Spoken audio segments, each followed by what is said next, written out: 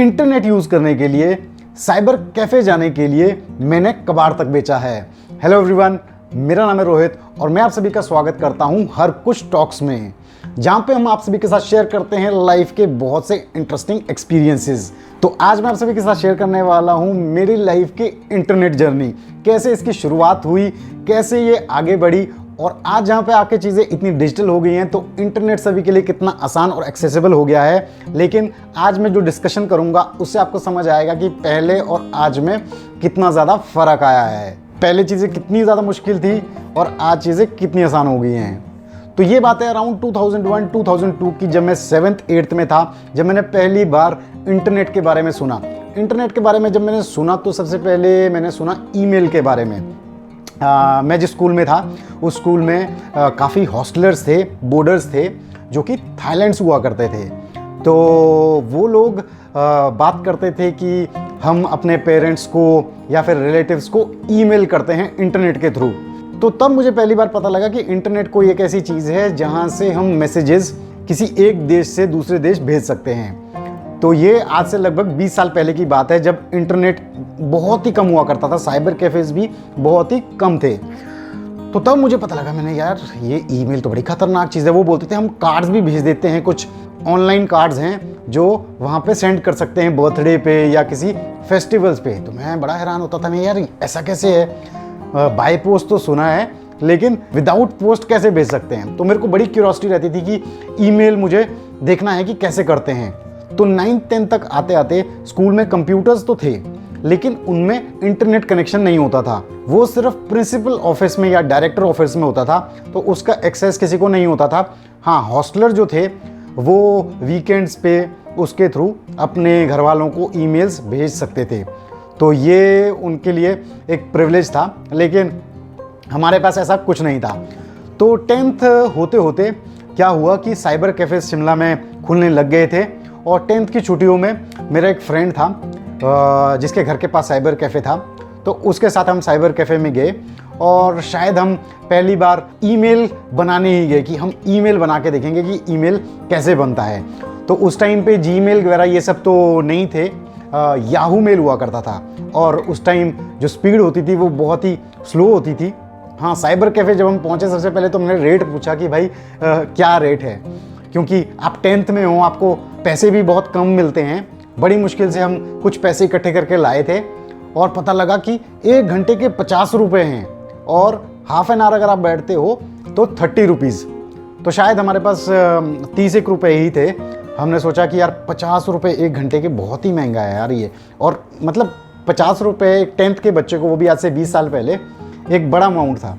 तो हम बैठे और वहाँ पे रजिस्टर में नोट किया जाता था टाइम कि आप किस टाइम पे आए हो, और फिर हम बैठ गए और फटाफट से, हमने कुछ भी पता नहीं था कैसे खोलते हैं, उन्हीं से पूछा कि कहाँ पे हम ईमेल बना सकते हैं। तो थोड़ा सा उन्होंने गाइड किया इनिशियली और फिर हमने याहू मेल पे ईमेल बनाया।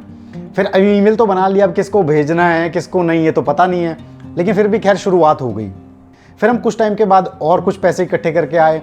फिर पता लगा कि याहू मैसेंजर नाम की एक चीज़ होती है जिससे आप दुनिया भर में किसी से भी चैट कर सकते हो। तो ये एक बड़ी अनोखी चीज़ लगी, क्योंकि पहले से ऐसा लगता था यार हम फॉरेनर से बात करेंगे, अंग्रेज़ों से बात करेंगे, उनसे चैट करेंगे, मज़ा आएगा। तो याहू मैसेंजर के बारे में पता लगा, उसमें लॉगिन बनाया और फिर याहू मैसेंजर में चैट की आदत पड़ गई कि भाई फॉरेनर से बात करनी है। तो ये कुछ याहू मैसेंजर के बारे में जब पता लगा तो ये चस्का लग गया कि हाँ, इसमें इंटरनेशनली आप किसी से भी बात कर सकते हैं। तो फिर जाते रहना साइबर कैफ़े, लेकिन रेगुलर जाना पॉसिबल नहीं था, क्योंकि आपको हर घंटे के 50 रुपये अगर देने हैं और आप स्टूडेंट हो तो वो बड़ा मुश्किल था, क्योंकि घर से आपको फाइनेंशियली इतनी पॉकेट मनी हमारे को नहीं मिलती थी। 10th तक तो खैर मुझे मिलती नहीं थी, 11th-12th में थोड़ा दूर स्कूल गया था तो फिर भी किराए के लिए पैसे मिल जाया करते थे। लेकिन अब साइबर कैफ़े की आदत पड़ गई है। तो कई बार क्या होता था, साइबर कैफ़े के हाफ एन आवर के लिए जैसे 30 रुपये लगते थे, तो मैं क्या करता था, कई दिनों से घर में जो कबाड़ इकट्ठा हुआ होता था तो स्पेशली वेट करता था कि कबाड़ वाला आएगा, उसको मैं कबाड़ अखबारें बेचूंगा, किताबें बेचूंगा या फिर कोई भी बॉटल्स बेचूंगा, तो ताकि 15-20 रुपये 30 रुपये बन पाए उस कबाड़ के। तो कई बार मैंने ऐसे किया है कि यार साइबर कैफ़े जाना, पैसे है ही नहीं, तो कबाड़ बेचा है। और फिर उससे जब 20-30 रुपए आए हैं, फिर साइबर कैफ़े के लिए मैं पैदल अपने घर से पहाड़ों में, जैसे कि मतलब आपको चलना बहुत पड़ता है, तो हमारा जहाँ पे घर था वहाँ से आपको ऑलमोस्ट 30 मिनट्स पैदल चढ़ाई चढ़ के जाना पड़ता था। फिर उसके बाद आपको बस मिलेगी, फिर आप 10-15 मिनट बस में ट्रैवल करके दूसरी जगह जाओगे जहाँ पे साइबर कैफ़े है। तो ऑलमोस्ट मैं 45 मिनट्स का ये जो रन होता था, कबाड़ बेच रहा हूँ पहले, फिर पैसे आ रहे हैं, फिर उसके बाद मैं स्पेशली साइबर कैफ़े जा रहा हूँ और फिर वहाँ पे इंटरनेट आधे घंटे कर रहा हूँ और फिर उसके बाद वापस घर। तो इतना मुश्किल मैं अपने लिए टास्क बना के जा रहा हूँ एक साइबर कैफ़े जाने के लिए। तो ऐसा बहुत बार मैंने किया कि कबाड़ बेचा और साइबर कैफ़े में आधे घंटे का टाइम लिया। तो ये जर्नी चली कुछ टाइम। फिर उसके बाद जैसे मैं 11th-12th में दूसरे स्कूल गया था, तो वहाँ पे एक मेरा फ्रेंड बना जो कि आर्मी बैकग्राउंड से था। तो शिमला में क्या था कि एक आर्मी वालों का ऑफिस था जिसको आर्ट्रैक बोलते हैं।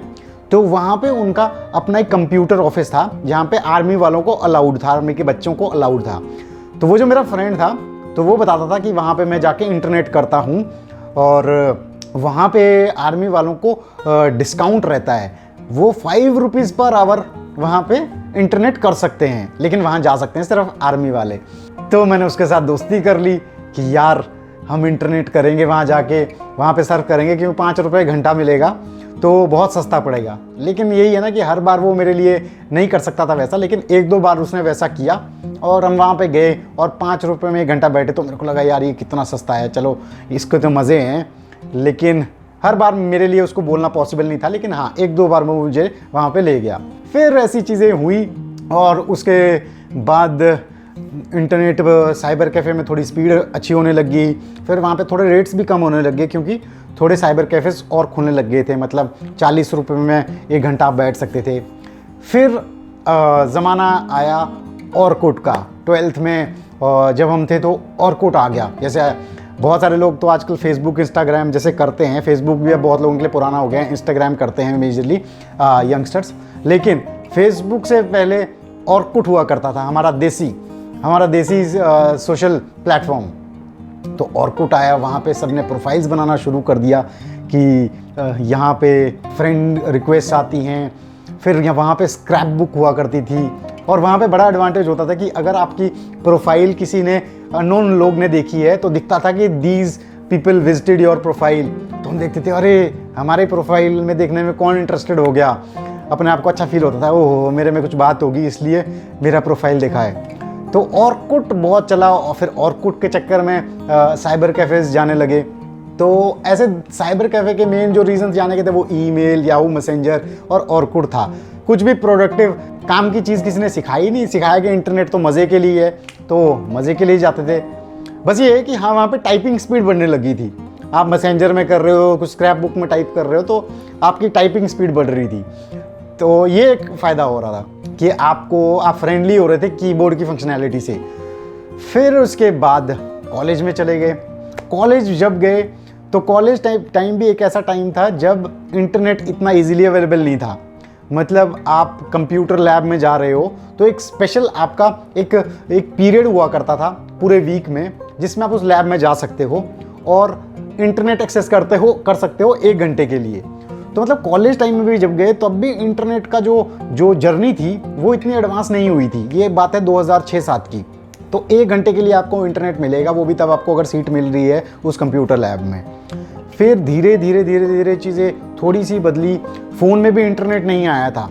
फ़ोन भी हमारे पास एंड्रॉयड फ़ोन्स तो थे ही नहीं उस टाइम पे किसी के पास।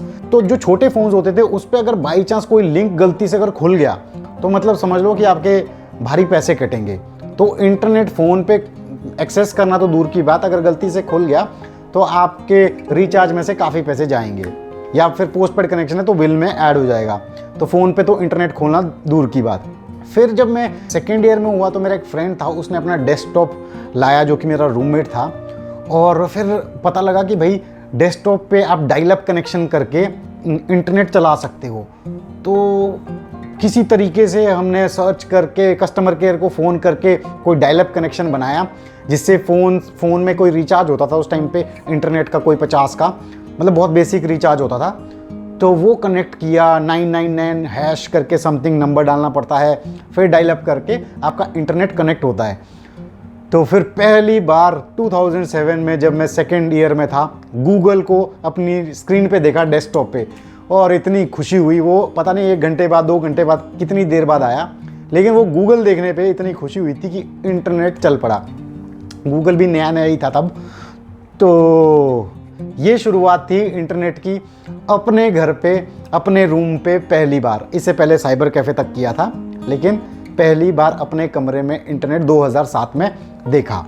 और उसके बाद फिर धीरे धीरे इंटरनेट डेस्कटॉप पे खोलना शुरू किया, क्योंकि तब एज कनेक्शन ही आता था फ़ोन में। अगर आपको याद होगा, ई करके अभी भी आता है, तो उसी पे इंटरनेट चलता था। 2G कनेक्शन, बहुत ही बेसिक। मतलब आप समझ लो, आपको एक पेज खोलना है तो आपको 4-5 मिनट बैठना पड़ेगा।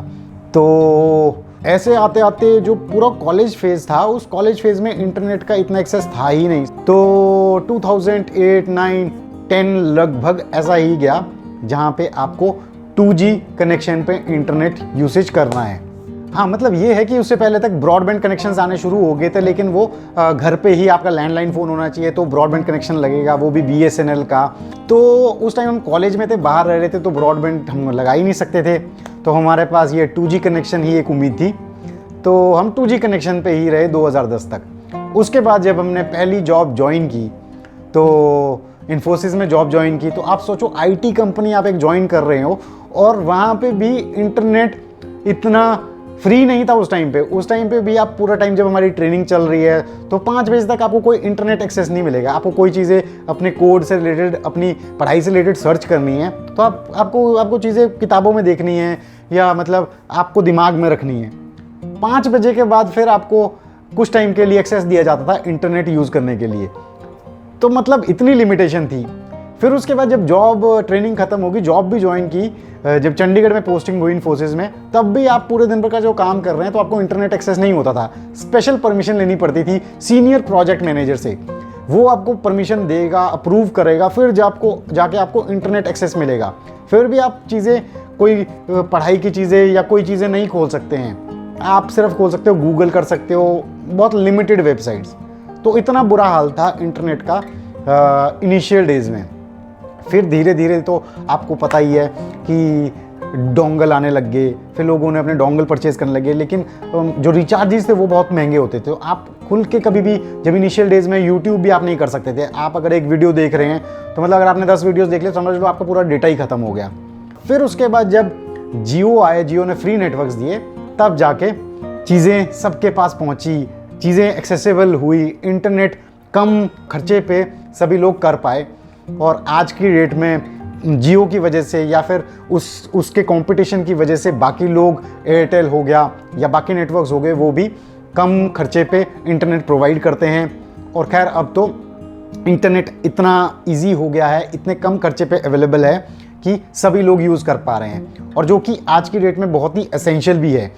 तो मेरे हिसाब से मैं ये कहना चाहूँगा कि इंटरनेट को एक ऐसे फेज़ से हमने देखा, और आज ऐसे फेज़ में आ गए हैं जब इतनी ईजी हो गई है, और पहले कितना मुश्किल था, कितना एक्सपेंसिव था। तो ये जर्नी मैं आपको बताना चाहता था। तो आई होप आपको ये इंटरनेट की जर्नी मेरी लाइफ की पसंद आई। आपका भी कुछ ऐसे एक्सपीरियंसेस रहे होंगे इंटरनेट को लेके, तो ज़रूर मेरे साथ शेयर करें। और जल्दी हम लेके आएंगे हर कुछ टॉक्स पे कुछ और ऐसे एक्सपीरियंसेस। तो स्टे ट्यून्ड टू हर कुछ टॉक्स। टिल देन, जय हिंद।